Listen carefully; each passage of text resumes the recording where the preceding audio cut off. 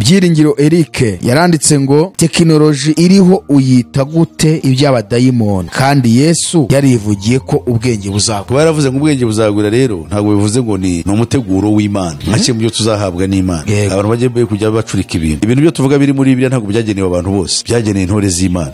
Yarabati mwebwe abizera abigishwa biri bo yabwiye, nimubona ibyo bibaye muzararame murebe mu ijuru, mumenye ko gutabarwa kwanyu kwegereje. Bazaba batabarwa hese babakura amaboko ya Satani. Satani akoresha ndetse akoresha ababibe bamwiyeguriye bari kwisi. So technology is not geared towards our own benefit, hawe itugarukira ahubwo iragarukira kuri babandi. The industrial revolution yabayeho niburi ifasha abantu benshi, akubwara uburyo ko twikururira. Abanza kuza gukoresha inganda zije, ubucakara buvaho, haza ubucakara bushya bw'ifaranga, ariko ubucakara bukadukontorora kuko niba uri umukozi ukorera uruganda uzakora uruganda n'umwana wawe n'umwuzukuru. Yanditse ngo Pastor Musisi wasigaho kuvuga nabi imandwa z'i Rwanda. Arabura ndi ibintu bitagiye ni hobi byasize. Twavuze ko yuko Imana yonyine izashyiriherezo kuri bibi tubona bitubabaje. Ntabwo ari imandwa ntabwo zakora revolution. Nashaka jya terekere ryangombe cyangwa muhamagare cyangwa nabazanya bingi bashobora guhindura iyi current situation to boost those already functioning, which include rock music gangsters such as the Rolling Stones, a gangster group much favored by European black nobility, and all of the Tavistock created rock groups which began with the Beatles. Harimo kwankuraja kankoresha iryo jambo cyangwa gutera umwete imikorere yo gushyigikira utugurupe cyangwa udutsiko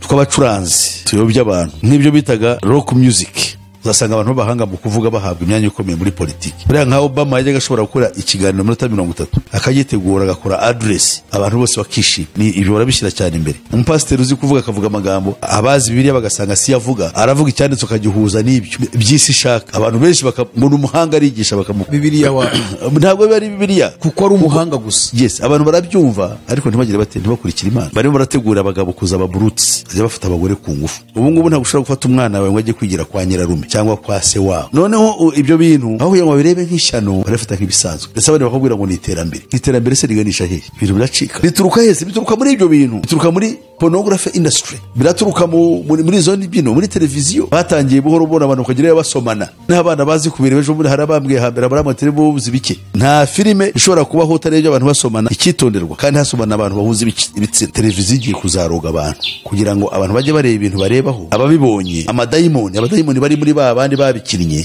bajye basimbuka bajye muri baba. Niyo mpamvu umuntu yareba pornography yifite ubuhamya bw'abantu benshi kugira ngo azayireke intambara ikomeye. Ni nk'umugozi bagushyizemo mu ijosi. Biravuga ngo to continue to build the character of Christian fundamentalism begun by the British East India Company servant Dabi, which will be misused to strengthen the Zionist state of Israel by identifying with the Jews through the myth of God's chosen people and by donating a very substantial amount of money to what they mistakenly believe is a religious cause in the furtherance of Christianity. Z'abantu benshi na hano mu Rwanda bajya no muri Israel bakavana y'ibitaka abandi bakavana y'amazi n'amabuye kugira ngo bareme ikiyumviro kitari cyo mu bayoboke yuko Israel ari igihugu cyiza cy'umugisha n'abagituye ari abanyamugisha n'ubasabira umugisha ngo n'umugisha. Israel ubwayo ni igihugu aho bari harakorerwa ibizira nk'ibikorwa n'ahantu hose. Gukiranuka no kuba intore y'Imana ntabwo bikiri kuri Israel, biri ku itorero ry'Imana rigizwe n'abayuda kandi kagirwa n'abanyamahanga aribo twebwe. Yarega buriya n'abagabo twese twabaye bamaraya, turi bamaraya ba system ngo byavuye ahantu hizewe. No, nta hantu hizewe hahari ku isi kereka ku Mana, kuko nawe ndi wo wizeye yakubeshya. Ntabwo uzi uwitwa Mayor Amschel Rothschild ni umuyahudi ariko w'umudage, niwe wasabye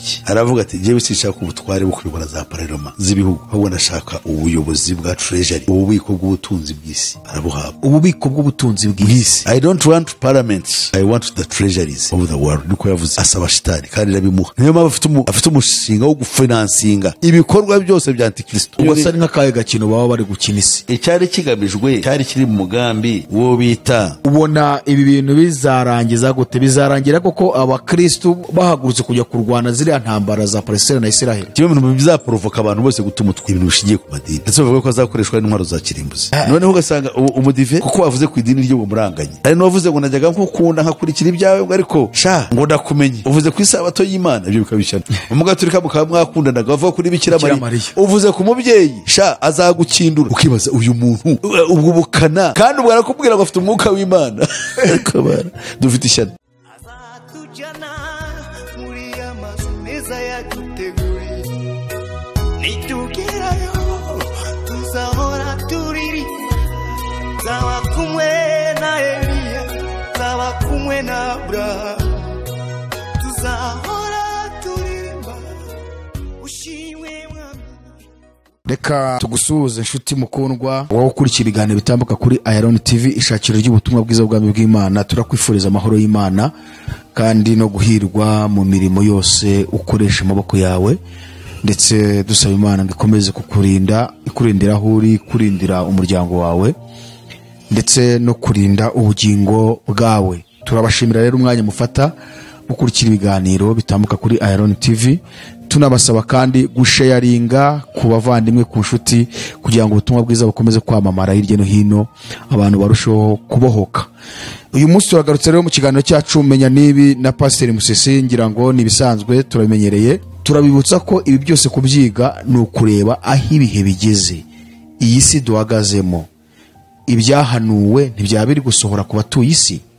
Ese abantu bitware bati? Iyo turebye turabona akaduruvayo kari kubera mu isi, abantu barakubita hirya no hino, abantu barahangayitse, imyigaragambyo mu bihugu bitandukanye. Abantu uyu munsi tugeze ku rwego rw'uko abantu bamwe barimo no kwifuza kuba batarabayeho, cyangwa se batarabayeho muri iki gihe, wenda bakaba barabayeho mbere y'uko iki gihe tukigeramo.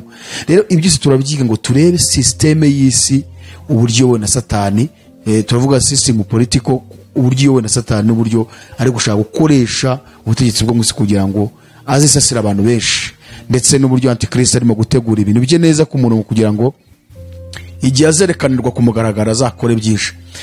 Reka twakire Pastor kugira ngo asuhuza abadukurikiye, hanyuma twinjiye mu kiganiro cyacu. Pastor, tubaha ikaze kuri Iron TV. Turasuhuje bakundwa mwebwe ba Iron TV. Tubashimira Imana kubwo mukora n'ubwitange kugira ngo usangire ubumenyi bw'ibibazo z'Imana twahawe, kandi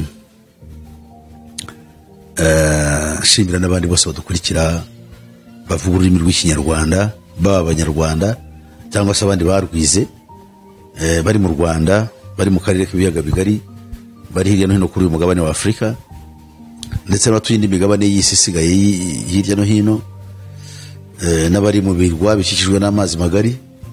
Mwese ndabasuhuje. Mbone n'umwanya wo gusuhuza abavandimwe twishimira bavuga ururimi rufitanye isano n'urwacu, aribo Barundi. Mwese turabakunda Barundi, kandi twabonyemo ishyaka rikomeye. Imana ibahe umugisha no mu bwitange bwanyu, no mu masengesho, no mu rukundo, muri beza cyane. Hanyuma abanyamurenge, abenshi muri bo yuko bari hirya no hino ku isi kubera ibyago byatugwiriye twese, kuko ibyago byabo natwe ni ibyacu. Rero nzi yuko benshi muhurana n'izi nyigisho cyangwa n'ibi biganiro, ni byiza. Turabasabira, tuzi yuko Imana izakora ibitangaza mu gihe gikwiriye, ariko muri iyi si ubundi bwo nta n'ibyiza bihari, kereka mu ijuru aho tujya. Kandi nzi yuko benshi muri mwe mukunda Umukiza. Tuboneho n'abaturanyi banyu rero, ubundi muziranye nk'abafurero, abarega, ababembe, abanyindu, abo bose ndibwira yuko nabo bashobora kumva amagambo, bamwe muri bo bashobora kuyumva. Abagiriye umumaro rero byaba byiza. Ubwo nkaba muriho n'umwanya wo gusuhuza abavandimwe bari muri Kivu y'Amajyaruguru, abo cyane cyane abarwandafone. Nkaboreraho n'umwanya wo gusuhuza abafumbira, abavandimwe, abahororo, abahana bahangaza. Mwese turabakunda, twishimira yuko mwazagira amahoro, kandi Imana yo mu ijuru bagire neza. Uhoraho Mana yacu, niwe Mana igira neza. Iyo tugiye gusanya no kuganira, ni wowe ubizi, ni wowe ubishobora, ni wowe ubiha icyerekezo.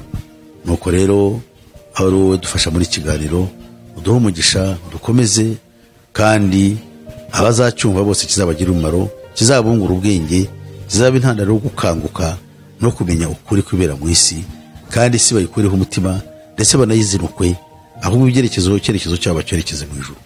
Tubyambarije mu izina rya Yesu Kristo umwami wacu, amen. Ubushize ubwo twari turimo kwiga, twatugeze ku ntego ya 11, ubwo mwarimo kutwereka yuko mu ntego za Illuminati cyangwa se n'iriya mitwe yindi bakorana iri hejuru yayo, yuko bafite intego yo guteza imvururu mu bihugu hirya no hino kugeza ubwo abategetsi cyangwa se abayobozi b'ibihugu bazananirwa, abaturage nabo bagahinduka bazamayibo, bakabibirara, bakiruka, abandi bakagira ubwesikora, abandi bakiba, abandi bakajya babeshya kugira ngo babeho. Nk'uko twabibonye ko ingaruka zihari mu buryo bubiri, yaba ingaruka z'umubiri n'iz'umutima cyangwa iz'ubugingo. Iz'umubiri nuko abantu bazahura n'ibibazo bikomeye, ubukene bukaza, abantu bakagira ubuzima bugoye, kugeza ubwo noneho rero bigeze no ku ngaruka z'ubugingo, abantu baziga imitwe myinshi y'uburyo babaho ariko barimo kugomera Imana. Ndashaka kubanza kugira nibuza ikibazo nsoma, cyangwa se wenda navuga se n'ikibazo nicyo twifuza kusobanuraho umuntu yavuzeho mu kiganiro uherutse gutanga, ubwo wazaga utanameze neza, ufite ijwi ryasaraye, wari umaze iminsi urwaye. Yitwa Eric Byiringiro. Eric yaranditse ngo tekinoloji iriho uyita gute iby'abadayimoni, kandi Yesu yarivugiye ko ubwenge buzagwira. Usibye yuko icyo jambo nta n'ubwo na Yesu warivuze, ryavuzwe n'umuntu w'Imana Daniyeli mu buhanuzi bwe, igice cyaho cya 12. Yavugaga ku byerekeye uko bizameze mu gihe cy'imperuka. Ubwenge buzagwira. Kuba yaravuze ngo ubwenge buzagwira rero ntabwo bivuze ngo ni umuteguro w'Imana, nka kimwe byo tuzahabwa n'Imana. Abantu bagiye kujya bacurika ibintu, ahubwo yabivuze muri uko kutwereka bimwe mu bizabaho. Kuba Yesu yaravuze ati amahanga azababara, hirya no hino hazaba ibishyitsi n'indwara n'inzara, ntabwo twavabona n'ibyiza Yesu yaduteguriye. Yavuga ibizaba n'ubuhanuzi, nuko abantu ubuhanuzi bwa Bibiliya batabwemera, ariko n'ubuhanuzi kandi n'ubu tukwiriye kubakaho. Ubuhanuzi bwose bukwiriye guhera kuri ubwo ngubwo. Nuba naramusubije ntiyumwe. Mu yandi magambo ni ukuvuga ngo Yesu kuba yaravuze ibizabaho, amahanga uburyo azababara n'ibindi byago bizabaho, si ugushaka kwerekana ko bizaba ari byiza, ahubwo ni nk'ibiteguriza abantu ngo bamenye ko agiye kugaruka. Ni ibizabitegura yuko isi igiye kurangira, kugira ngo duhore tubitekereza. Niyo mpamvu kandi ibyo nubwo yabivugaga, nerega hariho n'ikibazo dufite. Ibintu byo tuvuga biri muri Bibiliya ntabwo byagenewe abantu bose, byageneye intore z'Imana. Yarabati mwebwe abizera, abigishwa be bo yabwiye, nimubona ibyo bibaye muzararame murebe mu ijuru, umenye ko gutabarwa kwanyu kwegereje. Bazaba batabarwa hese, babakura amaboko ya Satani. Satani akoresha ndetse akoresha ababibe, bakoresha bamwiyeguriye bari ku isi. Ni ukuvuga ngo ubwo na Daniyeli rero kubihanura ntago ari uko yerekana ko ari byiza, yerekanaga uburyo bizaranga iminsi y'imperuka. Yes, exactly. Uyu rero nyine urumva ikintu akivuga yifashishije uburyo bwo kwerekana tekinoloji wayigishije, werekana ko ari y'abadayimoni, ngo yakozwe n'abadayimoni cyangwa ikorwa n'abadayimoni. Yes. Aravuga ati rero abayikoze ni ubwenge, kandi ubwo bwenge bwari bwarahanuwe na Daniyeli yuko, usibye ko yavuze Yesu, ariko ni Daniyeli nk'uko mubitubwiye yuko buzagwira. Rero ko ubwenge buhari, ubwo ni byiza ku Mana. Niyo tekinoloji ubwo nta kitwaye, ntabwo ari y'abadayimoni, ubwo arashaka kugaragaza ko ari ikinyoma wabeshye. Ariko ntabwo ari byo, kuko ni tekinoloji ubwayo ntabwo ifavoringa twese, irafavoringa agatsiko. Kuko ubu ngubu nibamara gufata abantu bamwe, agatsiko gategeka isi kakazadufasha, katangira kugenzura ibitekerezo byacu, bifashishije uburyo bwa wifi n'iriya minara ya 5G. Bazaba badufata, bafata ubwonko bwacu bakabugenzura, nase biri mu nyungu zacu cyangwa biri mu nyungu zabo ngabo batitwarize. So technology is not geared towards our own benefit. Hawe itugarukira, ahubwo iragarukira kuri babandi. The industrial revolution yabayeho niburi fasha abantu benshi. Akubwara uburyo bwo twikururira. Abanza kuza gukoresha inganda zije, ubucakara buvaho. Haza ubucakara bushya bw'ifaranga. Ariko ubucakara bukadukontorora, kuko niba uri umukozi ukorera uruganda, uzakora uruganda n'umwana wawe n'umwuzukuru. Yes, niko program iteye. Hanyuma ibyo byo rero bagiye kubikuraho, baza n'ubucakara bushya bwo kuba ari n'abacakara ba tekinoloji. Tekinoloji ntabwo ari ikibazo cyo, ubwo abantu bose ureba umuntu, abantu benshi bize barimo baratakaza ibyo bize, birabagora. Nabo n'umugabo umwe twabaye inshuti just kubera ko yankurikiraga, afata ambwira uburyo yize economics, bari muri banki, ariko ambwira ati ngiye kunanirwa. Umuntu ku myaka 40 n'iyindi umuntu akaba ananirwa, usi bishatse kuvuga se? Kubera yuko hazaga ibyahindagurikaga buri munsi, hakaza porogaramu muri computer batari mastering bakaba barayishajishije akazi hakavuga ati se ubwo utekereza umuntu kuzira mu myaka 50 ntabwo yagishobora akazi, ubwo yareka akajya gahunga. Ukeneye abana bato bafite ubwenge bwirukanka bajya muri ibyo ngibyo. Byumvikane ko utabikurikiranye ngo ujye wapdatinga, no kuvuga ngo bwa bumenyi bwawe bwa bundi wari ufite ntacyo buzamarira abantu. Navuga bwa bundi wize ku ishuri ntacyo buzakugumarira. Kwaza wize you have a degree, yes, ariko ntacyo bimaze kuko ngo bijyanye n'igihe. Yeah, right. Aha, reka wenda mwene data tumuveho tubwira abantu ko hari ibibazo byinshi bagiye babaza ku nyigisho zose Pastor Musa yagiye atanga. Rwose ntago twabihoreye, turimo turategura kugenda tubasubiza byose, kandi murabizi ko Pastor yamaze iminsi ataboneka, ariko tuzabivugaho. Ariko hano hari umuntu wanditse, Pastor, hari umuntu wanditse ku kiganiro duheruka kimaze ibyumweru 4. Yanditse ngo Pastor Musisi wasigaho kuvuga nabi imandwa z'i Rwanda. Umuterekero w'abakurambere ni Afurika yose ibifiteho umuco, uwo muco n'umuzungu yaje kwigiraho mu Rwanda urundi. Ibyo muvuga kuri ni world order tubihurizaho rwose. Izo nkuru za Satani n'ijambo ry'Imana nukwibwira kandi ukiyumva gusa ibitari byo. Nirementanya yahanditse ngo nirementanya. Arabona unuva niremekanya nicyo ashaka kuvuga irementanya mu kigo. Kisimbizi. Ariko urumva hano navuze ngo izo nkuru za Satani n'ijambo ry'Imana byombi biza hamwe. Nukwibwira kandi ukiyumva gusa ibitari ibyo. Nirenemanya asize ukuntu yanditse, cyangwa nirimanganya. Ubwo nuko ngo n'ijambo ry'Imana agaragaje ko nta gaciro. Byose n'ibya Satani byose byo mvuga muri rusange ngo nirimanganya kuri nukuri mangatanya gusa.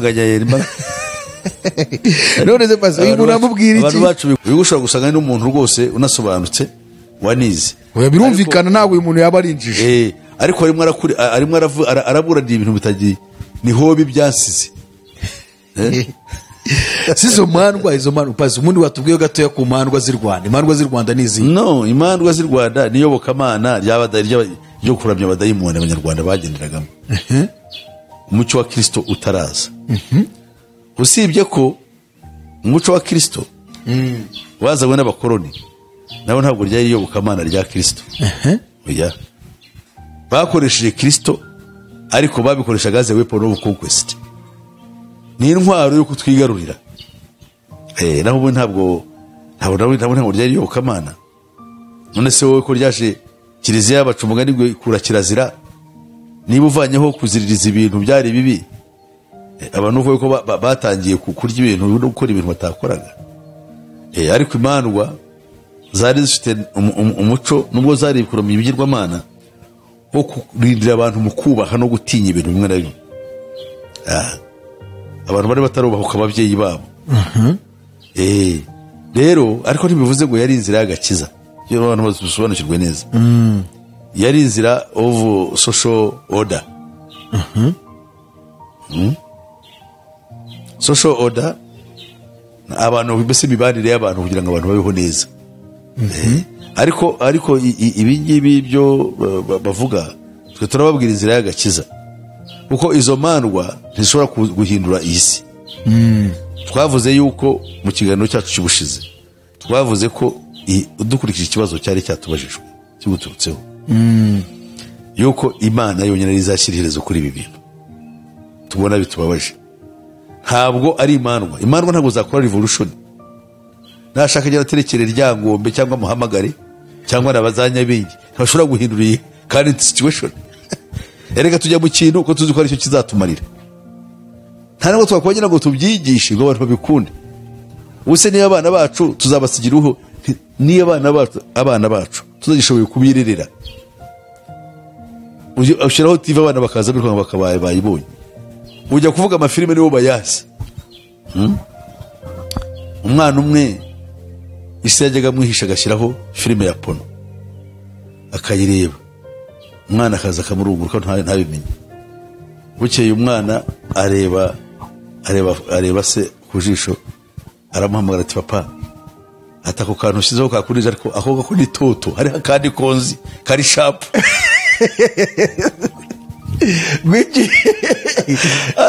Isi irapfuye, ureba isi gusa isigaye guhamba. yarashyizeho porno se.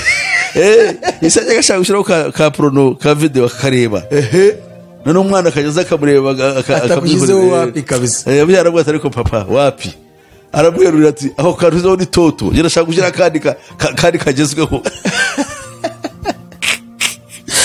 Ariko noneho rero ubwo ngubwo urumva umwana ibyazi kuri televiziyo kuri computer we ntubizi. Hata we Nge nabivuyeho, nge n'abana bakora bo mu rugo nibo bankorera telefone akaza akayisetting. No, I can't. Ibyo ntabwo nafata umwanya wo kujya kubijyamo, ariko bo nibyo barimo kuko niho ubwenge bwabo bwose rotatingira. ubu gisubizo waho uyu muntu yavuze ngo ikomeza gukora ku mandwa z'i Rwanda ngo ni amakosa. Oya, imanda nubwo twavuga ngo Abanyarwanda twese tuzisubireho tuziramye tuzambaze, ntabwo zadukiza, ntacyo zatumarira. Ntabwo wabonye ibyabaye ku Bahinde. Abahinde bagira imana zirenga 6,000. Corona ize barashira. Iriya corona banarwaye ntarwaye na corona nk'izisanzwe. None igitero cyavuye mu ijuru. Apana ku mana, ariko abahanga ko urumva India ifite abantu miliyari 1.5 hafi. Niyo ifite abantu benshi bangana batyo, kugira ngo bijizemo umugambi wa covid bagomba kuvuga yuko ihari no kugira ngo nabo bikingize, byasabaga imbaraga nyinshi. Bari baranze kubyumva, babyumva se bate bayinda benshi, igihugu ni kinini, abandi bibiri yongeyeho mu byaro, ntabyo babiriho, kugira ngo rero bashobore kandi bagira imana zabo, kugira ngo rero ibyo bintu bikore kwari kubakindira agakina, ukaboherezamo ikintu gikomeye. Cyatumye bamwe bapfa abandi bakagwa ku nzira, usanga abantu bari ku nzira bapfuye, babyita ngo ni corona. Ariko se corona nakangaratete. Noneho barangije, uzi ko byagenze, barakariye ibigirwamana byabo. Barabifata bikubita hasi, ibindi barabiniga. Iyo mana bakubita ze kandi bo barabyibye barabisa dagoni. Urumva barangije rero maze kubikubita hasi no kubiniga, barafite ntacyo kitumariye, ibintu bitadukiza kaga nkaka ngaka. Barabyambazaga abantu bakiyongera gupfa. Ariko n'abangaba rero abantu bacu bimandwa, nababwira iki, nibashaka bavuye dusubire mu guterukira, dusubire ku murizi n'umuco bawugarure, ariko it can't work. Icyambere bazabikora bonyine, ntabwo urubyaro rwabo ruzabakurikira, urubyaro rwabo ku rindi level, ntabwo aribo barurera. Rero umuntu nk'uyongeye avuga nk'ibyo, usibye gusa kuba nawe ibyazi yuko bidashoboka, ni nk'umugani nakubwiye witwa aho ibyasize. Urumva neza? Noneho rero ashatse yabyihorera, akumva icyo tumubwira ko nicyo cy'ukuri, nabwo ko abantu benshi bakunda ibinyoma. Pasi, reka twigarukire noneho, ibindi bibazo byo tuzabisoma nyuma yaho, tuzabikorera ikiganiro cyabyo. Tugeze ku ntego ya 12. Yego. Intego ya 12 ivuga iki? Ya 12 avuga ngo to introduce new cults and continue to boost those already functioning, which include rock music gangsters such as the Rolling Stones, a gangster group much favored by European black nobility, and all of the Tavistock created rock groups which began with the Beatles. Kimwe mu bintu muri intego ya 12 harimo kwankuraja, kankoresha iryo jambo, cyangwa gutera umwete imikorere yo gushyigikira utugurupe cyangwa udutsiko tw'abacuranzi tuyobya abantu, nk'ibyo bitaga rock music. Iyo tuvuze rock music, tuba dushaka iki? Tuba dushaka kwerekana iyi miririmbire igezeho. Ubu hariho hip hop, hariho rap, ibyo byose nibigenda bikomoka, nibyo bagenda barema, babiremera kugira ngo urubyiruko rwinshi rubigenderemo, rutakaza ubwenge, hip hop, rock music, rap, reggae. Ibyo byose ni ibintu bagendaga bakora ujerekeranye imyaka za 60 kugeza ubu maze imyaka nka 50. Utwo dusiko tugenda tubaho. Muri Amerika hari bitaga ngo The Rolling Stones.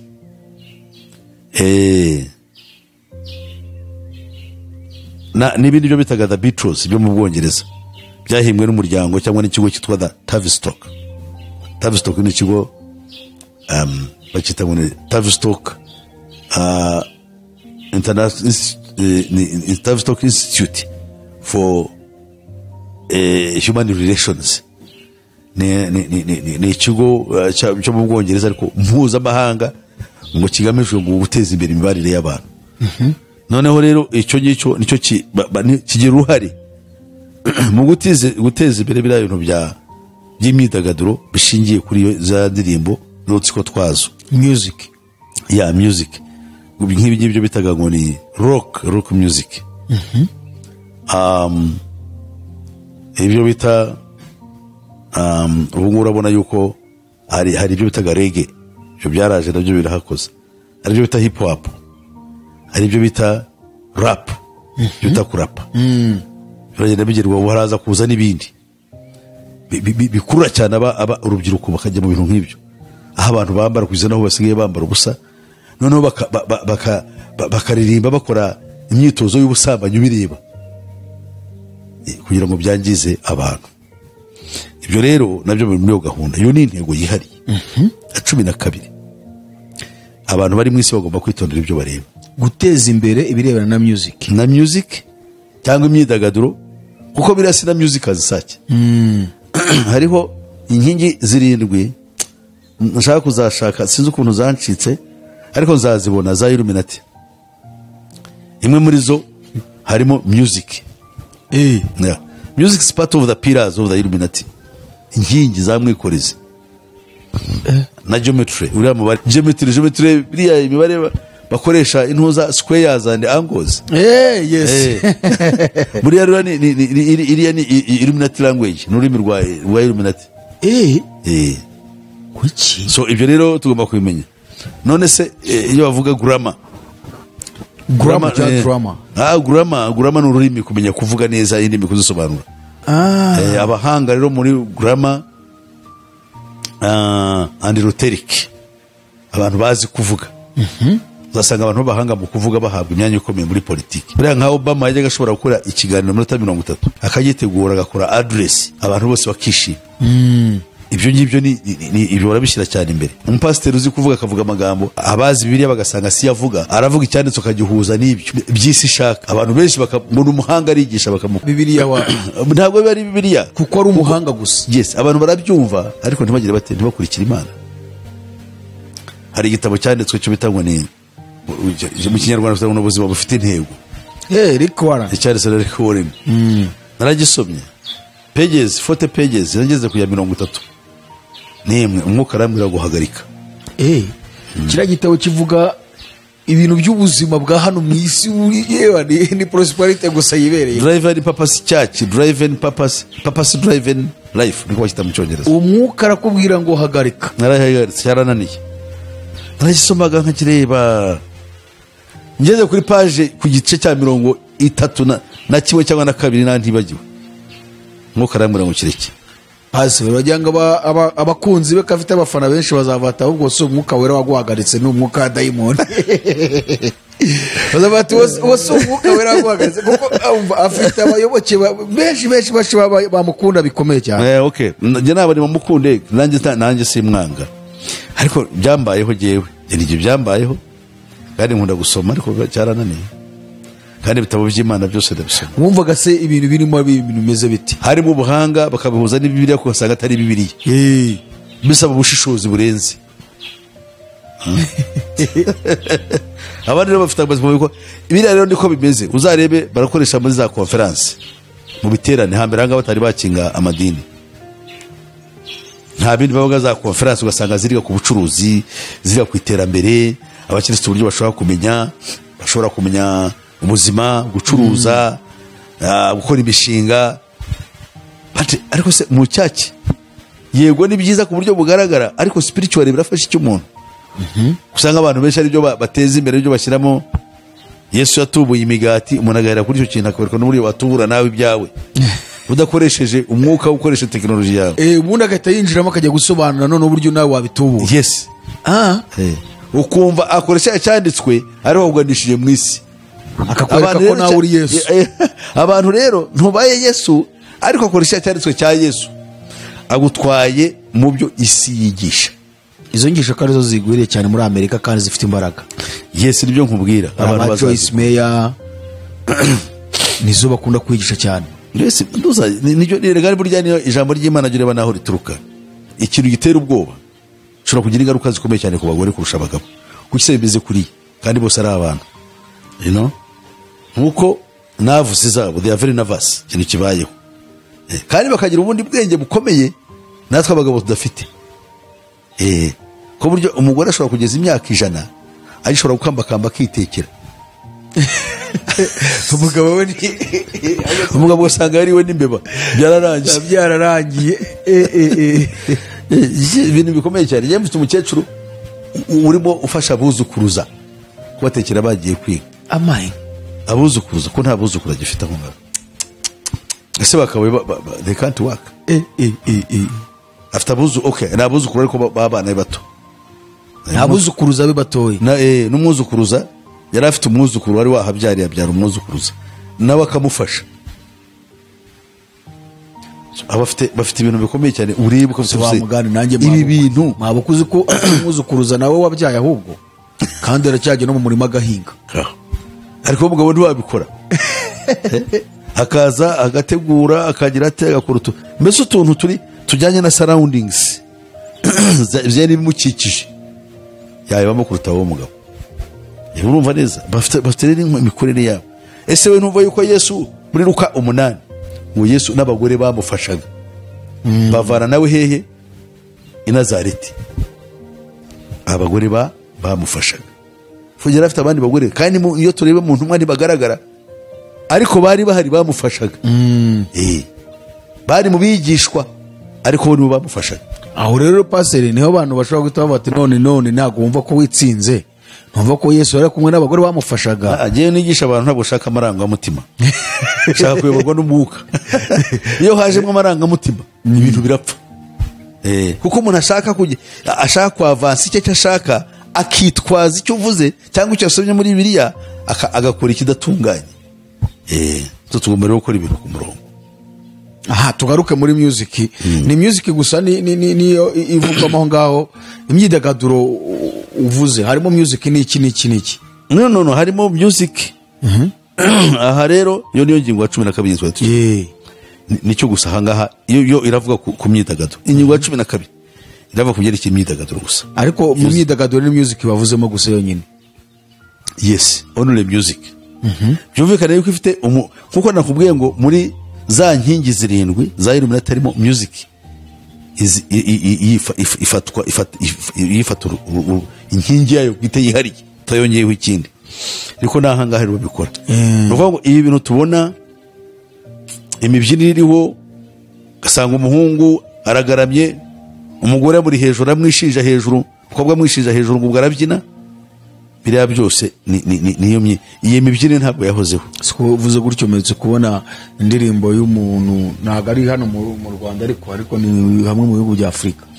Umukobwa ararebwa n'abana amamiliyari ariko akaririmba yambaye nta nuza nta mwenda w'imbere yambaye akantu ko kagace abantu basa nkaho bari hasi wari hejuru kuri stage kuri podium yambaye akarisona akageza hejuru y'abantu ko basa nkaho bari hasi ari hejuru cyane akajya yegera umuntu abantu barwanira gukora kunuza ku myanya ndangagitsina ye ukoze ukabona arishimye birenze abantu bose amaze kuba yazama akajya ko yumva ashaka wakoraho gusa. Narabibonye ndikanga. Yes. Uzi icyo bishatse kuvuga se? Ni ibingibi uburyo kuroga abantu. Kuko bari abantu ubwabo aho kugira ngo babone nk'ibizira. Ahubwo no barabibona nk'icyo kwishimisha. Abantu barabibona nk'icyo kwishimisha barabyina nyine baritakuma ariko ni ibizira in short but they don't know. Noneho ahubwo byatwaye abantu, ubwo rero n'abandi bakobwa arabatinyura, icyo bishatse kuvuga kugira ngo ushake kumera nkawe, noneho abandi bazambare nkawe ejo bajye mu muhanda, noneho ubarebye natangara ahubwo aba ari we w'ikibazo. Nibigeraho biba umuco abantu babyakire, noneho ejo abantu bazambara ubusa, kandi ibyo byose birimo birashyushya igitsina gabo. Ntabwo igitsina gabo ubu ngubu barimo barategura abagabo kuza ababurutsi, bajya bafata abagore ku ngufu. Kuki se bavuga ngo ubusambanyi bwarakomeye? Ubu ngubu ntabwo ushobora gufata umwana wawe ngo ajye kwigira kwa nyirarume cyangwa kwa se wabo. Oya, none se niba umuntu asigaye afata, ejo nabibonye muri Uganda, abagande bo baba narizo n'abanyarwanda byagezeho, barafata abana babyaye bakabatera inda. None se niba umuntu adatinya umwana yabyaye, wowe inyokorume biroroshye cyane, byoroshye cyane. Noneho ibyo bintu aho kugira ngo babirebe nk'ishyano barafata nk'ibisanzwe, ndetse abandi bakubwira ngo ni iterambere. Iterambere se riganisha hehe? Ibintu biracika muri music ho birarenze. Ubusambanyi bwinshi abona ariho bwicaye.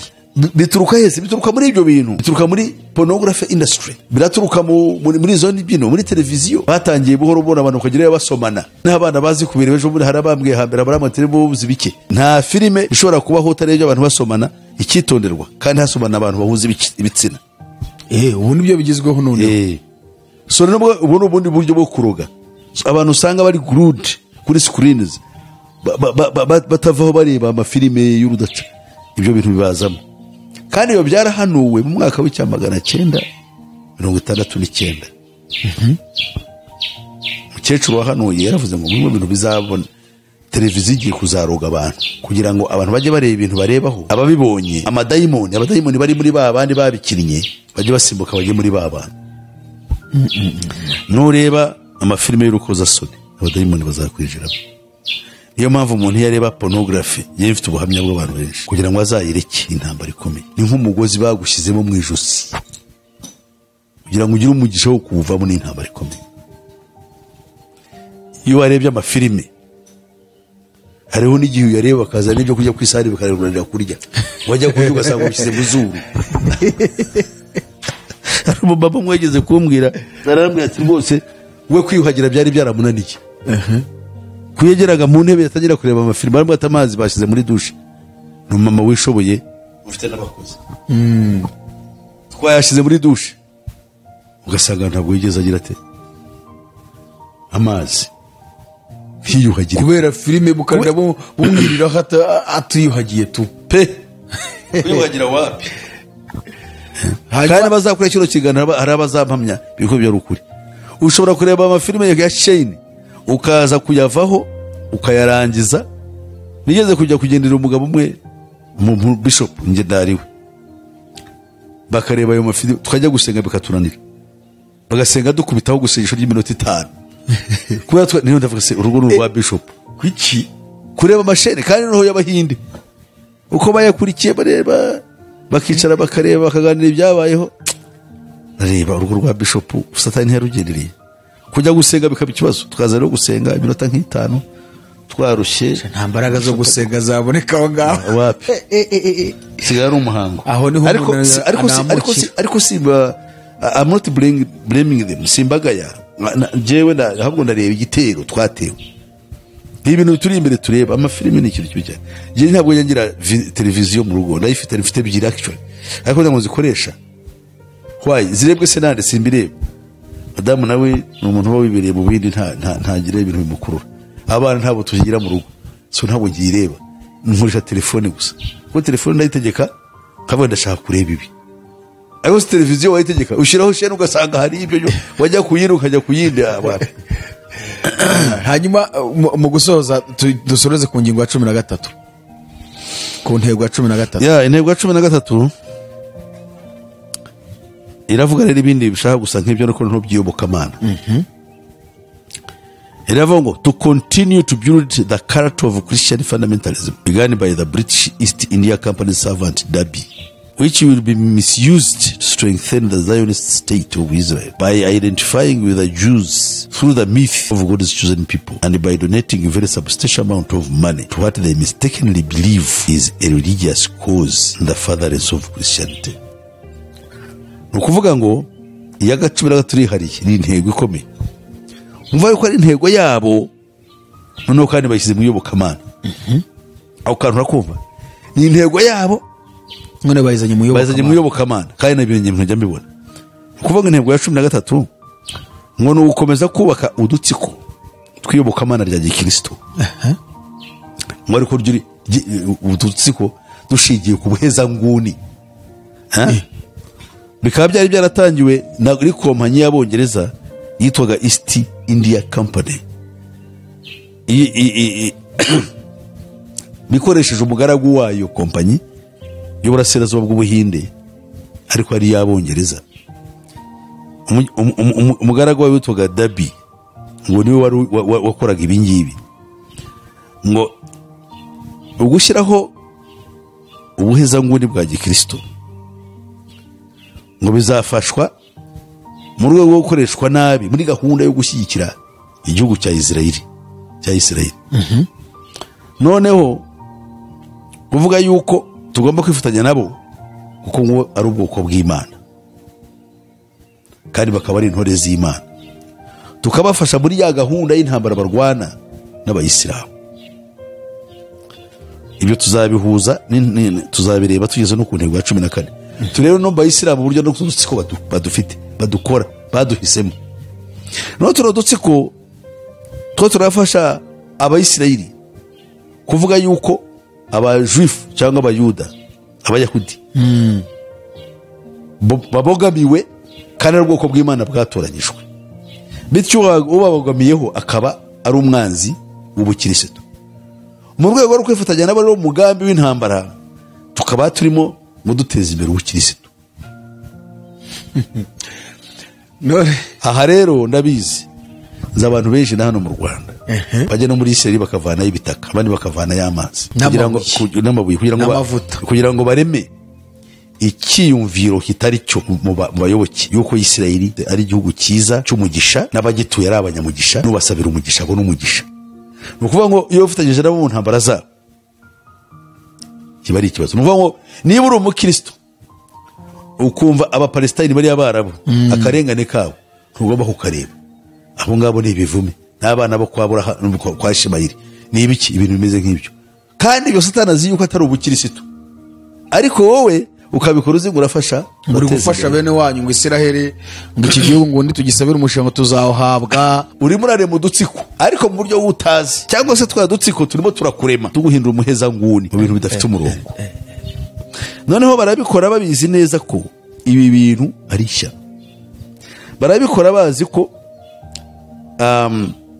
uzabona hano n'abantu batwara abantu muri Isirayeli iki byose ntacyo mpfa nabyo ngo bagiye kurambura bariyo barakora amafaranga, wowe uragiye kujya kureba ubikoze ku bushake bwawe ni byiza, ariko se byongera iki ugakiza kanjye? Isirayeli ubwayo ni igihugu aho bari harakorerwa ibizira nk'ibikorwa n'ahandi hantu hose. Rero gukiranuka no kuba intore y'Imana ntabwo bikiri kuri Isirayeli, biri ku itorero ry'Imana rigizwe n'abayuda kandi rikagirwa n'abanyamahanga aribo twebwe. Yego muri Kristo Yesu nimo duhindukira the chosen people of God cyangwa intore z'Imana, ariko gasanga abakristo baravuga ibintu bitandukanye n'ibipfuye. Nagiye mu rusengero rumwe habaye ibyago,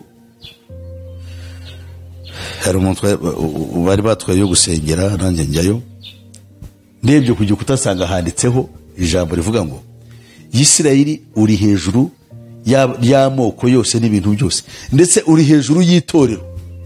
Batyo itorero ahangarira hari uko bagenda bandika ibintu byinshi bava kuri Isirayeli babigira nkareba noneho nkareba abo bantu ubu ni abakristo kandi n'abarokore. Ubwo no buyobe nabwo hano ubuyobe bukomeye ariko burimo na dayimoni. ari akantu uvuze uravuze uti igihugu cya Isiraheli ibigikorerwamo ni nk'ibikorerwa n'ahandi hose. Yes, kuki nyine abantu bagenda bakajyayo ugasanga bazanye ibikabyo byinshi, bazanye ayo mazi ngo bakuye muri Yorodani aho Yesu yabatirijwe, bazanye nk'amabuye yo muri Isiraheli, amavuta ya Elayo, bazanye ubutaka bwo muri Isiraheli, bakerekana ko ako kantu kukageza inanga ari ikintu gikomeye mbega kandi ari igihugu kiberamo ibibi byose nk'uko n'ahandi. Oya biruta n'iby'ahandi, kuko it's no longer Holy Land. Kubiza ngo ni Holy Land se nukuvuga Imana yaravuze ibyo yarabihagaritse. Yesu ubwo yabwiraga umusamariyakazi yaramubwiye ati uhereye none mugore nyizera yuko bitakiri ngombwa gusengera kuri uyu musozi cyangwa gusengera i Yerusalemu, ahubwo data bashaka n'abasengera mu kuri no mu mwuka, bene abo nibo bamunezeza. Icyo gihe rero Yesu yagishaka, niyo mpamvu isezerano rishya rifite intuzi ikomeye cyane tugomba kuryumvamo. Yashaka kutwereka ko ibintu byose biro birashyirwa ku iherezo, kugira ngo ikibaho cyose kibe mu mwuka, kiye kuba mu by'abantu bareba n'ibifatika. Ukajya kuzana amazi yahari abantu bakabikurikira bakumva yuko ari umugisha, bakamuha n'amafaranga menshi. Ahubwo none se nagiye ngiye gusura nk'umuntu ugiye gukora ubukerarugendo, hari nkumenya ngo ngiye kureba iby'amateka ya kera byo mu isezerano rya kera bitagifite iki umurongo, no mu isezerano rishya wenda bijyanye na Kristo igihe yavukaga, ariko nabyo ntabwo bikiza ubugingo bwanjye kuko abahatuye ntacyo byabamariye. Ubu rero ni ikibazo gikomeye cyane. None ubwo ni ukuvuga ngo ingingo ya 13 ni ukurema udutsiko twa gikristo tugamije tuduheza nguni. Ubu turahari kandi ibyo kora nibagiye kubwira biri mu mugambi watangiye mu cya 871 bwatangije n'utoga Giuseppe Mazzini, yari umufiyoso, yari umumafia, akaba no mu Illuminati. Ashaka ategura intambara ya gatatu izaba ku isi ishingiye ku myizerere. Uwo intambara zigiye kujyaho ni intambara ziri social, abantu bapfa ibintu, amadini, amoko, ibitsina, bintu nk'ibyo, ubukene, inzangano, ubucuruzi, buteye imbere udakwanjye, ashake kukumanura, bigeze no n'umuntu uza muri YouTube biriho, nawe ufite amafaranga barakugirisha ari tumukubite hasi, oya ngo ni views barapfa views nyinshi. Nose ibyo dusigaye turi mamaraya, yarega burya n'abagabo twese twabaye bamaraya, turi bamaraya ba system. N'abagore usanga babaye bamaraya bari ku mihanda, ko urimo sigaye mbona ari benshi ku mihanda ari indaya, kagushaka umugore ushyira mu rugo bimaze kuba ikibazo, ariko ku muhanda ukurembuza ubu ni benshi, ni nk'ibiti, ni nk'uburo buhuye. No kuvuga ngo utwo dutsiko urimo kutubwira ni udushingiye mu gushyigikira Isiraheli. Yes, ariko hagamijwe kuzana intambara zishingiye ku madini y'ukwibokamana. Ubu nicyo barimo bubaka, bo baracyubaka bafite intentions, bafite icyo bashaka gukora. Rero ibihugu byose kuvuga Isiraheli, abakristo bagomba kuvuga ngo no, ntabwo tugomba kureka Isiraheli itereranwa. Ko Isiraheli nubwo ari igihugu kireba kimeze kuriya, ari n'agahugu gato ariko gafite imbaraga zikomeye cyane, kuko abagashinze Abayuda nibo bategeka isi, nibo bazanye intambara ya kabiri y'isi yose, kandi yica bene wabo benshi, hagamije kugira ngo bizabe intandaro yo kubahindura indakorwa, kandi babahereho bazana izindi mvururu zikomeye. Ubu ngubu izo mvururu no mu Burayi zirahari, aribyo bita ngo ni antisemitism. Antisemitism ni theory ivuga ngo none philosophy ngo yo kwanga Abayuda. Kandi Abayuda ntabwo ari bo Semites bonyine, tuvuze Shemites tuvuga cyangwa Semites bene Shem n'Abarabu bakaye barimo n'abaki bose, ariko no barabyihariye bavuga ngo antisemitism babivuze y'urwanya Semitism, uburwanya Abisirayeli. Kandi ntabwo bihuye, kugiye usanga Abisirayeli b'iki gihe abenshi ni Caucasians. Caucasians ni ukuvuga abazungu, whites. Ni ibintu bikomeye. So rero ugasanga harimo game utashobora kumenya. None se ubwo buheza nguni bushingiye mu utwo dutsiko, yewe hari ikintu numvise bose, ntago n'uyu munsi ubwo buheza nguni ubwo uretse no kuvuga kwenda kuri Isiraheli gusa, ntago ubwo buheza nguni buhari mu utwo dutsiko duhari, dufite ibindi bintu bahejejeho inguni ariko atari Isiraheli. Utwo dutsiko turahari. Uravuga warubaje nguki? Mbo urabona utwo dutsiko tweretse aho ngaho muri iyo ntego ya 13 ngo ni udufite ubuhezanguni bwo gushyigikira no gutabara Isiraheli mushingiye ku bukristo ariko dushingiye ku bukristo. None ngiye icyo nari mvuze ni utu dutsiko uyu munsi dukoje ubusesenguzi bw'ibyo turi kubona nta dutsiko turiho no dutsiko ariko tw'abakristo sibyo dushingiye ku bukristo ariko tudashingiye mu kuba wenda barwanirira Isiraheli ariko bafite ibindi bintu by'imyemerere yabo bafashe yo kuba badashobora kumva iyo bukamana ry'ukuri. Yes, urumva iyo abantu bakuze batyo ubwabyo n'ubuyobe bukomeye. Niba mu kwizera kwabo batekereza yuko Isiraheli kuyishyikira harimo agakiza kiba kibaye ikibazo ngo abantu benshi bashyigikiye George Bush muri ya ntambara yo kujya kurwana hehe muri Iraq bavuga yuko ari ukurwanya antikristo. Amadini menshi mu fundamental Christian churches zo muri Amerika baramushyigikiye abenshi barasenga barishima barasenga kucyo bira minara bari bamaze kuyisenya kandi ya minara ni programu ya Illuminati kuyisenya ntabwo ari abari abibyihebe bavuga ndetse pasenga buretse gato no sura munara ira minara muri Amerika ni Illuminati yayisenya. Yes, nose bava kujya muri Amerika ugakora ikintu kucyo abantu batajya batekereza can't work. None ushaka kuvuga ko aribo babyisenyeye nibo babyisenyeye that's a game. Ariko ibivuze nyine barakubwira ngo nongo wowe ngo muzanye ibintu byo ngo ni conspiracy theories ariko ntabwo ari byo sikuvuze ko kuri hari ikiganiro dotse gukora umuntu yanditse ko gukora bivuga ngo nyine ngo byo ni ibintu bidafatika uwo uvuga uko iryo jambo niryo yanditse conspiracy theory babivuga batyo kuko bararuzwe ukuri ko icyo bemera nk'ukuri nicyo bita official narrative cyangwa se bashaka kugita fake news cyangwa se biki byose. So official narrative nta hantu uvuga ngo byavuye ahantu hizewe, no, nta hantu hizewe hahari ku isi kereka ku Mana, kuko nawe ndi wo wizeye yakubeshya. Icyo ni ukuri. Yes. Ashobora kuvuga ikizewe kijyanye n'ukuri gire ko afite niba biri mu nyungu ze, ashobora kuvuga ati iki kintu kiravuga izi. Nawe uhagaze ukabwira abantu uti jewe ndizi data ndamuzi yishwe n'ikintu runaka, icyo n'ukuri kwizeye kurabizi. Ariko ushobora kubivuga mu nyungu zawe, uti data yishwe n'ikintu runaka, ariko ubeshya ushaka izindi nyungu wageraho. Nabyo birashoboka. Ntabwo yishwe n'urupfu rw'ikirago, baramwishe kandi bamwishe ni runaka. None ubu kabuvuga uti iriya minara yose yo muri Amerika na za Pentagon nabonye baragezeyo, nibo babyisenyeye. Nibo babyisenyeye kuko hari uzagenda, hari nimwe mu nyubako zagize zitaguye, ahubwo zasubiye zagiye mu gitaka. Niyo barakoresheje ryo kuza guhitinga biriya bintu, ariko hari imwe mu nyubako yo yambizwe. Iyo ni tekinoloji ihanitse. Fata inyubako ndende ya etage nka 40 igacupira ikaburira mu gitaka. Ntabwo ari ikintu bavuga ngo ntabwo yaguye ngo nuko indege yayihitinze yayikubise, no. So therefore ubwo sari nk'akaye gakino baba bari gukina isi. Icyari kigamijwe cyari kiri mu mugambi wo bita ngo ni NAC. Uwo mugambi witwa NAC witwa nicyo bitaga ngo New American Century. New American Century ni umugambi wo gusenya ibihugu 7 by'abayisilamu. Muri wa mugambi wo guteza akavuyo twabonye ku ngingo ya 11 na 11 gikozo kuzana ibibazo twabisomye, to weaken moral fiber of nations, ibihugu kubica intege no kuzana crisis ku isi kugira ngo muzijere. Harimo nk'ubu ngo baje ibyo bakora kwa Gaddafi. Gaddafi uri uzi bihakorerwa, barashaka gushyiraho amatora kandi amatora ntiyanze kugira, bagenda bayimura. Abonye ejo bundi barayasubitse mu buryo butazwi. Why?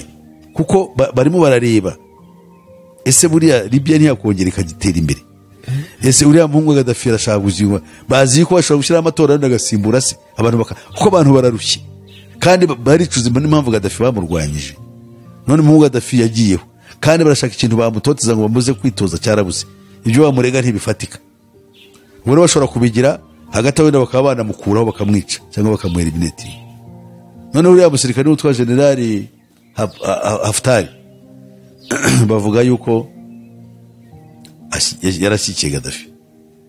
Urumva sinzi neza uko ariko umuntu ntushobora kuvuga batyo. Rero nawe arashaka kwitoza. So Libya ishobora kuzuka kuko ifite ubutunzi, ifite amafaranga, ifite iki itarajya kure, iracyafite intuza, kandi ibyo ntibabishaka.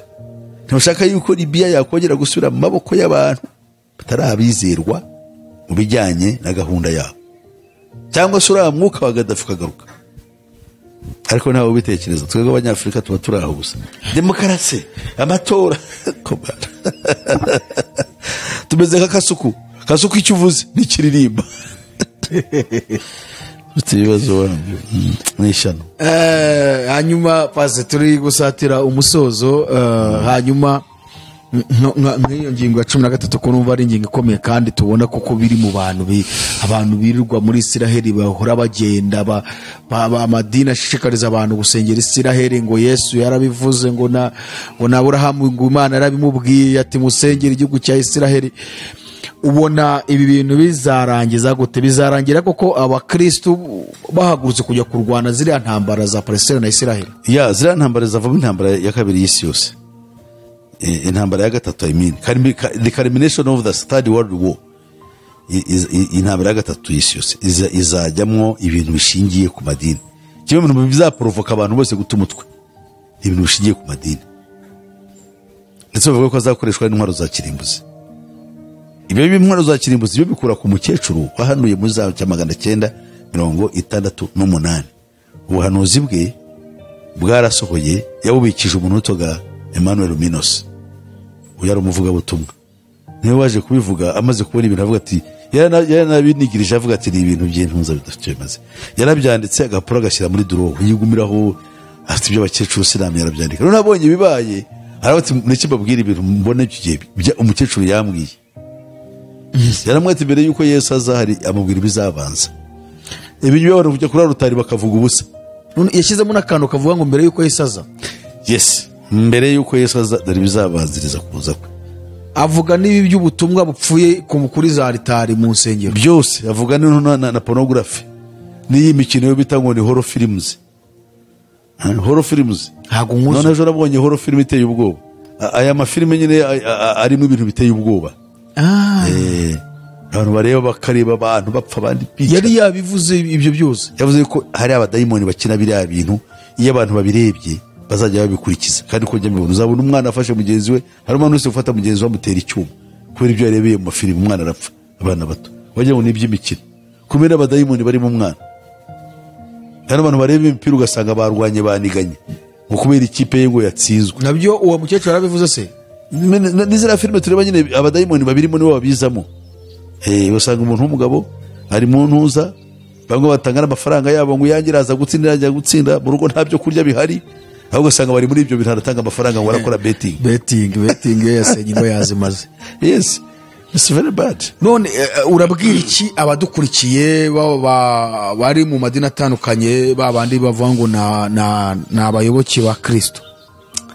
Yewe amadini niyo mpamvu mvuga ngo dushingiye bitavacho cyaki. Itorero mpuzamahanga ushobora kuba twahurira mu abantu benshi b'abahanga b'abanyabwenge baza bakanadufasha muri uwo murimo wo guhindura ibintu ngo bibe bishya, dushyire ibintu ku murongo. Noneho abantu batangire gukanguka, ibyo barebaga nk'ukuri ko baba barabihereranye tubishyira ahagaragara ko ibintu byose bipfuye. Noneho ushaka kuzajya mu ijuru by'ukuri, kuko hari n'abandi bakunda iby'isi. Bibiliya bisobanura kandi nibo benshi cyane. Nibo benshi cyane. Kadusoma umurongo wa Bibiliya batazavuga ndabikura ahandi. Bibiliya igice cya muri Yohana, urwandiko rwe rwa mbere yandikiye itorero Yohana, igice cya 4. None turebye umurongo wa 4 haravuga ngo bana bato muri ab'Imana kandi babandi mwarabanesheje, kuko uri muri mwe aruta uri mu bisi. Harimo uri muri twe nindi n'umwuka wera. Muri bisi n'abarundi mwuka uhari. Urumva ko kantu n'akantu gakomeye. Buriya abantu bajya bavuga ngo ngo ikimenyetso ngo bazashira ku gahanga, kandi abantu bakikoreye. Uri mu bisi aruta uri mu bisi. Uri mu bisi, yes. None akavuga ngo abo n'abisi, cyo ikintu kibaranga. N'abisi nicyo gituma bavuga iby'isi kandi ab'isi bakabumvira. Umuntu avuga iby'isi arigisha iby'isi, arigisha amavatiri kujya muri Amerika. Hari umugore wasimbutse arabyina ngo kuko yari mu rusengero akikiye umwana w'umukobwa, muravuga ati umva ko Uwiteka avuze uwo mwana w'umukobwa agiye kurongorwa n'umuzungu ngo nakura mu bukumi bwe. Umuntu aravuga ati mbonye umukwe w'umuzungu nakize. Ibintu bipfuye. Ubwo nawe araho ngo ni isezerano yikoreye. kandi mbona aribyo bigezweho mu rusengero, ahera ku wa mbere amuhagurutsa ati umva nkubwire iby'imbwira. Abantu baba bipakiye buzuye. Bipakiye. Kuki bipakiye se? N'ab'isi. Okay? Kandi ab'isi bumvira iby'ab'isi bababwira bagenzi babo. Burya bari muri tiyatire yabo, wowe uraza ukicara ukakamera ukareba ariko aha ko ni igicumbi cy'abadayimoni. Urakaze. Ni umurongo ukaze. Kandi umurongo wa 6 tukavuga ngo ariko twebweho turi ab'Imana. Yego? Kandi uzi Imana aratwumvira. Nubwo twakora ibikomeze bite, ntabwo twahindura ab'isi. Ab'isi ahubwo bibavanyemo icyo bakora babyihura bakigendera.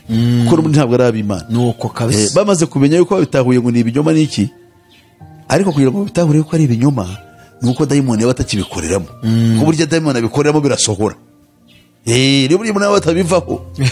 Dayimoni ajya akagira umwe akagira akamuha mureba akaba icyitegererezo cy'abandi runaka wamubonye ko byagenze neza. N'umukozi w'Imana yamukozeho riraka. Buriya yaragiye yaguze impigi, yaguze ibuye, n'amazi bamusengeye akajyanwa none yarakize. Ugasanga ari umuntu ugenda byamamaza. Ugasanga ari ishyano. Ngo naho utari uw'Imana we ntatwumvira. Ibi tuvuga utari uw'Imana ntabwo atwumvira. Twe nabo tuvuga ibyacu turavuga iby'Imana. Niyo mpamvu uzabona muri za comments abantu benshi bazadutuka n'abandi bazavuga bati kuko ntabwo ari ab'Imana n'ab'isi cyangwa n'abamadini yayobye. Uzareba abantu b'amadini iyo tuvuze ku madini ye iyo navuze kuri Gatolika n'Abaporoso bose bampuriraho. Gatolika n'Abadive bose bantukira kimwe. Umva ndazifite comment yari yazo tuzazisoma. Noneho ugasanga umudive kuko wavuze ku idini ryo muranganye. Hari n'uwavuze ngo najyaga nkukunda nkakurikira ibyawe ngo ariko sha ngo ndakumenye. Uvuze ku isabato y'Imana ibyo bikabishyana. Umugaturika mukaba mwakundanaga bavuga kuri Bikira Mariya. Uvuze ku mubyeyi sha azagukindura. Ukibaza uyu muntu ubwo bukana n'ubura kandi ubwo arakubwira ngo afite umwuka w'Imana. Dufite ishyano. Nawe aravuga amagambo aturuka mu bubisha. Ubwo umugenzi nibyo yise base akoreka kandi none mubwiye mukanye mubwiye ni utwo so dutsiko twudeza ngune n'ubundi nazo no dutsiko mu madini nyine. Ariko no tudashingiye na kuvuga Isirayeli ntibabyitayeho cyane. Muri Gatolika ntabwo bashobora kuvuga Isirayeli. Oya ntaho bahuriye nayo baranayanga. Ntibajye bayivuga wapi. Ibyo ntabyo narinzi. Kandi Kiliziya Gatolika yaragize uruhare muri jenoside yakoze. Nose bari kumwe na Hitler. Mwagiye mumenye ibintu. Buriya barakoranye muri jenoside yaba abayudi bafite inzika yo kurwanya Abisirayeli. Abayuda babanza abayuda cyane bakabashyiraho icyaha cyo kubanga bavuga babambye Yesu. Papa ntabwo aragera muri Isirayeli. Bo sinzi ariko yitwa Paulo yaragiye, Yohana Paulo yagezeyo, ariko n'uyu wenda azajyayo. Ntabwo ari kugeze ntibajyayo, bajyayo nyine ariko ntabwo bafite uko babakunda kuko kuva kera Uburayi abanyaburayi banza Abayahudi bahasuhukiye. Ariko nabyo bifite ikindi kintu bivuze. Ubona harimo ikindi kintu pasi. Ngewe navuga ngo niba badashaka ari nko gushaka kuzimangatanya ibirebana n'agakiza kakomotse. Ngo tugiyemo twaba tugiye kugira idorido y'ibintu tukavuga ubwabo se Kiliziya yitwa iki muri Bibiliya y'igishushanyo gisengwa. Muhereye ya mbere kuki ntibagomba gukunda bariya kandi yahereye Iburayi mu Burayi. Ariko kandi ku rundi ruhande urwango rw'abanyaburayi banze Abayahudi byarishingiye ku byo Yesu yavuze, kuko ntago bagombaga kujyana n'umuvumo wa Kristo ngo bagire amahirwe aho bagiye. Bagombaga guhura n'ibibazo kugira ngo rero bave muri cya kindi bije mu kinyoma. None Antikristo yabahimbiye abaha ubwenge bafite n'ubutunzi bw'isi buriya bafite Abayuda. ntabwo uzi uwitwa Meyer Amschel Rothschild ni umuyahudi ariko w'umudage niwe wasabye aravuga ati jewe sinshaka ubutware bwo kuyobora za parlement z'ibihugu ahubwo ndashaka ubuyobozi bwa treasury ububiko bw'ubutunzi bw'isi arabuhabwa ububiko bw'ubutunzi bw'isi. I don't want parliaments, I want the treasuries of the world. Niko yavuze asaba shitani kandi irabimuha. Niyo mpamvu afite umushinga wo gufinansinga ibikorwa byose bya Antikristo. Niwe muyobozi mukuru wa Rothschild. Yes, umuryango wa Rothschild yabyaye abana 10, abakobwa 5 n'abahungu 5. Abahungu be nibo yahaye ubutungo, aravuga umukobwa ntazahabwe n'ifaranga rye na rimwe kugira ngo utazajya mu moko yabo bazashakamo, mu miryango bazashakamo. Aba umukobwa ushaka icyarya hajye mujye muhera ku isahani arya agende, ariko ubutunzi mubahaye abo abahungu be. Wora ya irorohewe nibo bita the Rothschild family, bakora imirimo sekuruza yabahaye mu buryo bakora. So umurimo wabo no gufinancing World Bank, Ikigega Mpuzamahanga banki y'isi yose na International Monetary Fund, icyo twita Ikigega Mpuzamahanga. Byombi ni by'umuryango, ni family, it's a family business. Mondiale. Yes. Bank Mondiale. None ugira ngo niyandese. Ni ibihugu se? Ni ibihugu. Sibishyiramo inote zabyo se. Ariko bara dufite ibibazo kabisa. Nta gihugu kirari gifite ijambo. Abantu bose nabagaragu. Iyi system yese iteye. So ijambo ry'Imana turarangize riravuga ngo 6 tugiye kurangirizaho. Uravuga ngo ariko twebwe turabi Imana kandi uzi Imana aratwumvira naho utari uw'Imana ntatwumvira. Nuko rero icyo nicyo kitumenyesha umwuka w'ukuri n'umwuka uyobya uwari wo. Yes, umwuka uyobya. Uyu mwuka uyobya niyo kimenyetso cyashyizwe ku batizera Imana. Ntabwo utagira umwuka w'ukuri bizatuma ni nacyo kimenyetso bafite imbere y'Imana. Nta muntu ushobora kureba icyo kimenyetso kiri kuwiteka Imana ye yo mu ijuru ubwayo, n'abandi Imana yahamagaye kumenya kugira amaso yo kureba iby'umwuka. Ya pasa murakoze cyane, ngira ngo ibi nabyo birumvikana. Tugera ku musozo nuko twabwira abadukurikiye yuko buri wese ahari akwiriye kubera amaso ubugingo bwe kandi akwita cyangwa se akita ku miburo abarimo arumva. Yego. Hanyuma akegera Imana ikarushaho kubana nawe. Naho ubundi aho tugana, aho duhagaze hose si heza. Exactly. Isi yo niyo umwanzi yarayifashe, ariko Yesu Kristo niwe murengezi wacu. Hanyuma mu gusoza paseri, ndibwira ko n'inama zo uhora zitanga buri munsi, ahubwo wenda watanga adresse yawe hanyuma ukadusenyera tugasoza. Barakoze. Nongere nibutsa abantu abashaka kumbaza birenze aho bamagara kuri telefone nomero 0788 50 60 76.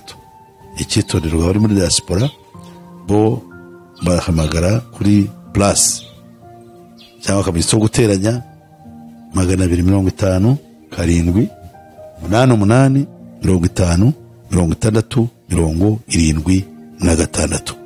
Rero Imana yo mu ijuru ibahe umugisha. Imana ihoraho yo mu ijuru, tukweretse gahunda dufite, tukweretse n'ikiganiro kugira ngo byose bihe umugisha byombi. Ikiganiro bazagikurikira kizabubake kandi kibigireho kibageza. Abazakurikira nanone gahunda tuberetse, ibitekerezo byabo turabyishimira kandi bizabiyoborwa n'umwuka wera. Habwa icyubahiro kandi ushyirwe hejuru iteka ryose. Tubyambarije mu izina rya Yesu Kristo umwami wacu.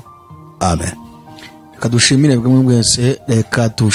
mwebwe mwese mwari mukuri iki kiganiro, kandi tubasaba gusharinga ubutumwa hirya no hino kugira ngo ubutumwa bukomeye kugera ku mpera y'isi. Hanyuma rero ikiganiro menya nibi nakagaruka. Mugire ibihe byiza. Shalom shalom. Murakoze.